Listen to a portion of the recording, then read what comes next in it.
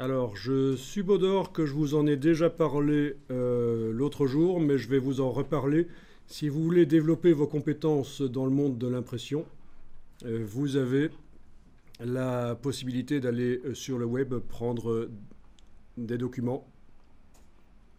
Je vous ai déjà parlé de ça, je pense, non? Adobe Print Guide. Voilà, si je tape Adobe Print Guide, je tombe sur un PDF ici. C'est le deuxième. Creative Suite 6 Printing Guide. Il existe en français, mais bon, il faut que je vois s'il est disponible sur le web en français. C'est quelque chose qui s'achète aussi sous forme de livre. Et donc, c'est un PDF de quand même 149 pages qui explique un peu l'impression, mais pas seulement. Ça explique aussi les bases, les différences entre les images vectorielles et pixels. Bon, c'est vraiment pour les débutants, mais qui veulent, une fois qu'ils ont lu ça, ils peuvent aller loin.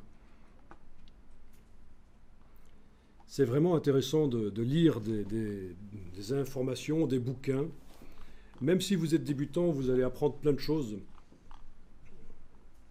J'ai une anecdote à ce propos. Moi, quand j'ai commencé dans le monde de l'impression, j'avais lu des bouquins spécialisés. Et j'arrive dans une boîte et puis ils ont envoyé des films offset aux États-Unis.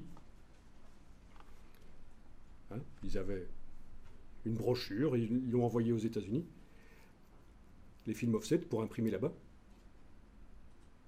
Sauf que aux États-Unis, les films offset doivent être négatifs. Alors qu'en Europe, ils sont positifs. Ils se sont ramassés un avocat, dédommagement à payer.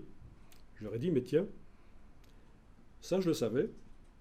J'étais tout débutant à l'époque, mais ça je le savais. J'ai sorti mon petit bouquin sur les techniques d'impression, page 149, c'est écrit, États-Unis, Japon, il faut des films offset négatifs. Donc vous voyez que même un tout débutant peut apporter quelque chose dans une boîte, sauf que là, ça m'était passé sous le nez.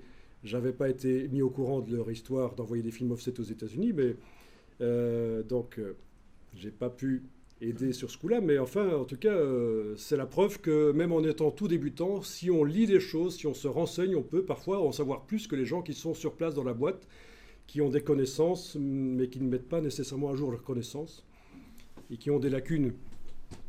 Alors voilà, le PDF donc est très intéressant et je suis sûr que si moi-même je le relisais maintenant, j'aurais encore plein d'informations que j'apprendrais, mais bon.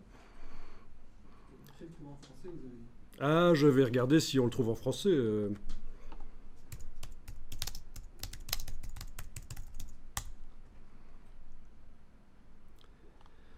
Alors. Non, il y a l'aide de Adobe, mais.